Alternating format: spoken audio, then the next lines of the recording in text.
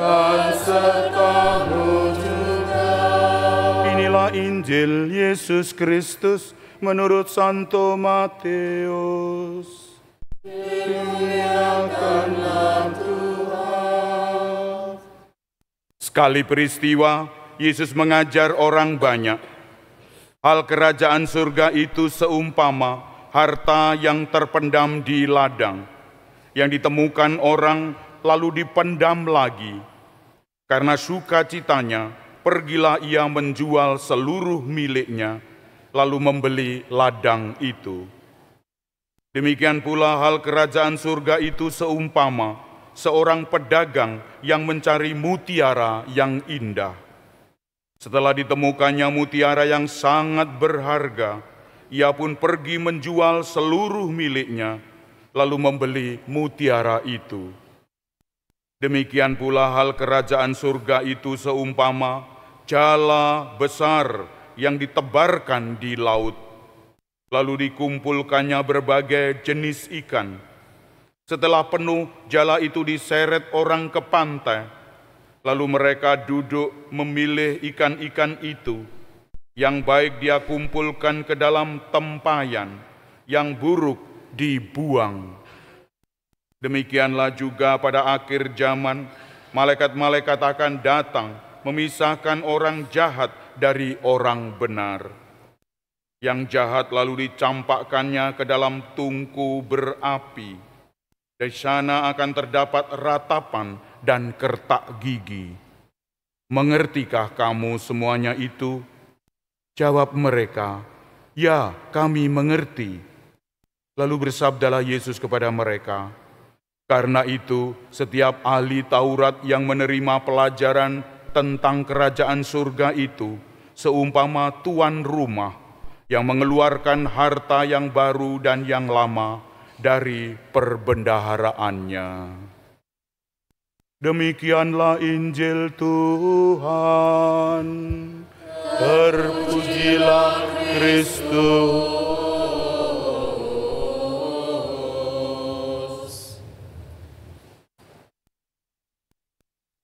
Bapak Ibu saudara-saudara yang terkasih dalam Kristus,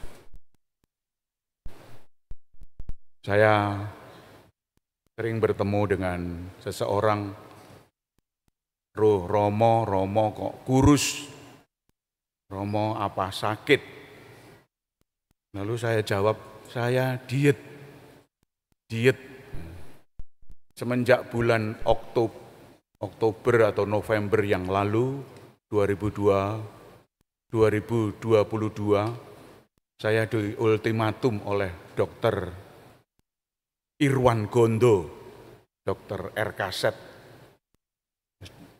Dan saya diberi mandat supaya bobot saya turun. Karena dari 92 atau 90. Mosok bobotmu kok selalu 90 aja. Diturunkan. Memang saya sulit menurunkan berat badan. Karena makanan itu enak-enak. Di depan meja, waduh kok enak-enak gitu. Pesta-pesta enak-enak. Pastur, waduh, tidak kurang dari makanan itu. Semenjak 2022. Tapi saya sadar bahwa itu membuat penyakit-penyakit. Kalau bobot saya terus bertambah, maka penyakit-penyakit itu akan tambah terus. Bapak Ibu saudara-saudara yang terkasih, loh apa bisa dokter? Bisa. Loh apa? Berapa satu bulan berapa kilo untuk turun? Ya 2 kilo atau 1 kilo lah. Waduh. Ya turun berapa dokter? Ya 70 lah. Waduh. Wah, 22 kilo suruh turun. Apa ya bisa lah ini. Saya gelisah saya. Ya dok, saya coba. Makin hari saya ternyata bisa. Hari demi hari, bulan ganti bulan, loh kok bobot saya turun. Sekarang 77. Ini 77, 14 kilo. Enak. Pakaian-pakaian yang dulu sesek menjadi muat kembali. Bisa saya pakai. Ini pakaian-pakaian lama ini saya pakai kembali. Loh, kok jek ngono pakaian ini. Yang celana-celana yang dulu sesek ini sekarang kok bisa lagi. Tidak usah beli pakaian, tidak bisa beli celana. Bapak Ibu saudara-saudara yang terkasih, saya menemukan harta yang sungguh berharga, yaitu kesehatan. Kalau saya tidak sehat, pelayanan-pelayanan saya, langkah-langkah saya ke depan akan jatuh. Padahal saya ini bercita-cita ingin usia 90 kalau bisa. Ingin usia 90 tapi sehat. Bagaimana caranya ini? Itulah caranya. Demikian juga dalam Injil hari ini, barang siapa menemukan harta yang terpendam, mutiara yang indah, ikan-ikan yang bagus, harus berjuang. Dan setelah perjuangan itu menjual seluruh miliknya. Bagaimana Bapak Ibu disuruh diet makanan di depan Bapak Ibu enak-enak? Apakah ngaplo mek ndelok tok, wah enak-enak kok ndelok tok. Makanan ini dibuang-buang. Anak belakang, engine ini. Seneng nih, wah panganan enak-enak. Bapak Ibu, saudara-saudara yang terkasih, harus berani menahan mulut. Kita ini karena makanan itu adalah diri kita sebetulnya. Kalau makanannya itu seperti itu saja, telo terus, ya uteknya memang telo. Memang harus otaknya otak ketela. Maka harus bergizi, sedikit tapi bermutu. Sehat tapi kuat. Daripada besar tapi gembrot. Bapak Ibu saudara, ini bisa dilakukan, harus bertahan. Saya hampir 1 tahun menekuni ini, terus menerus, maka makin bisa. Jadi saya tidak sakit, saya diet. Oleh karena itu, penemuan harta terpendam ini sungguh kita alami. Semua orang bisa melakukan hari ini. Pada sore hari ini bisa. Nah ini kolintang ini. Bisa tampil prima ini. Mengapa tidak bisa? Bisa. Kok setiap bulan ngene iki terus ngono lho. Tepuk tangan untuk kolintang ini. Tiap bulan. Saya harapkan setiap bulan harus tampil begini. Apa enggak mungkin? Mungkin. Ndredeg kabeh. Apa Ibu saudara-saudara bisa kalau mau berlatih, kalau mau maju.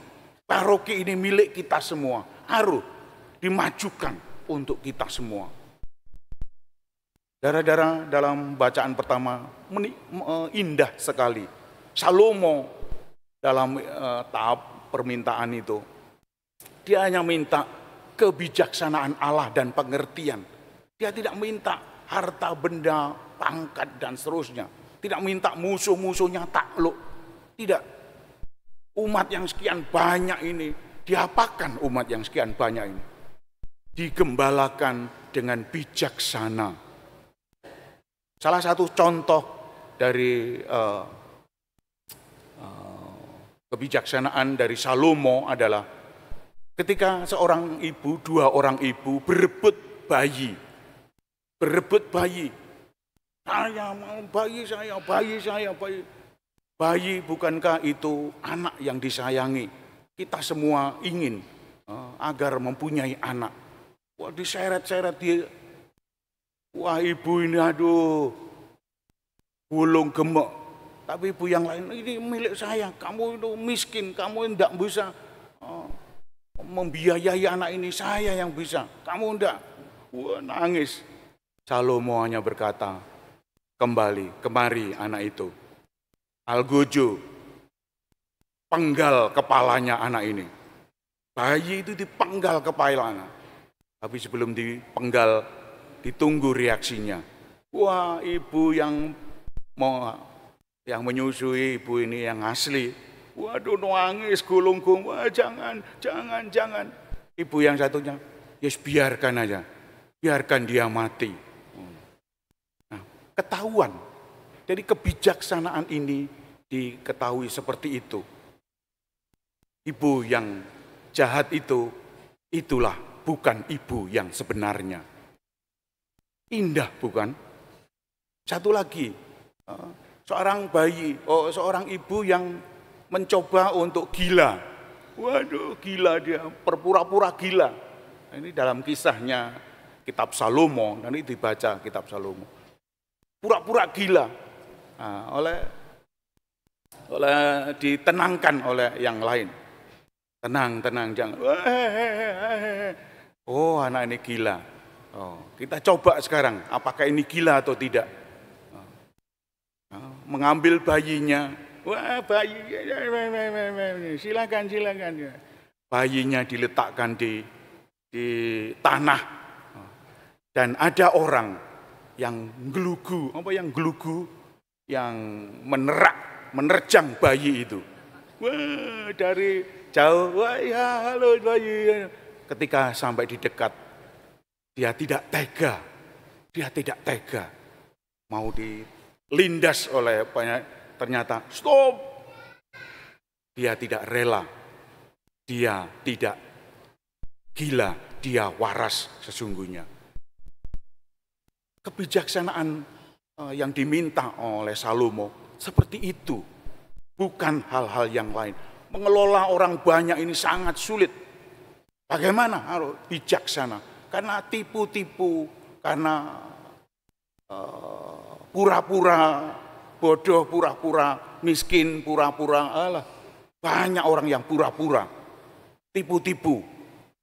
Sekarang kita harus diberi kebijaksanaan dalam pergaulan sehari-hari. Apakah pergaulan sehari-hari kita bermutu, berkualitas, dan bisa memecahkan masalah? Semakin banyak masalah yang kita pecahkan, kita semakin bahagia. Karel Popper, seorang filsuf dari Prancis, mengatakan semakin banyak masalah-masalah yang kita selesaikan, semakin kita bahagia. Kebahagiaan itu yaitu menyelesaikan masalah-masalah kita. Kita ini banyak masalah. Satu hari ada ribuan masalah. Belum pipisnya anak, belum gendong anak, belum beli ini, belum beli itu, belum nyaur utang ini, nyaur utang itu, belum ini, belum, banyak masalah. Tapi satu-satu kita selesaikan hari ini. Oleh karena itu Bapak Ibu, selesaikan masalah-masalah, dan itu adalah kebahagiaan, dan itu adalah sumber harta yang sangat berharga bagi diri kita, yang membuat diri kita bisa hidup di dalam Allah. Oleh karena itu Bapak Ibu, mari kita hening sejenak, kita merenungkan soal iman yang kita nikmati, yang kita himbau, yang kita hayati. Apakah iman ini betul-betul, sungguh-sungguh yakin bahwa Tuhan Allah itu sungguh hidup di dalam diri kita? Kalau yakin, kalau betul, iman itu sungguh-sungguh hidup dan itu muncul dalam perbuatan-perbuatan kita sehari-hari. Kita disodori oleh iman itu dalam bentuk kesuburan kita, dalam bentuk harta benda kita, dalam bentuk yang lainnya, dan dalam bentuk kesehatan kita. Mari kita cari kebahagiaan itu dalam hidup kita. Semoga Bapak Ibu saudara-saudara yang terkasih menemukan kebahagiaan itu dan kita menjualnya seluruh harapan pikiran kita dan kita membeli ladang itu sehingga kita mempunyai harta yang sangat berharga. Tuhan memberkati kita. Amin.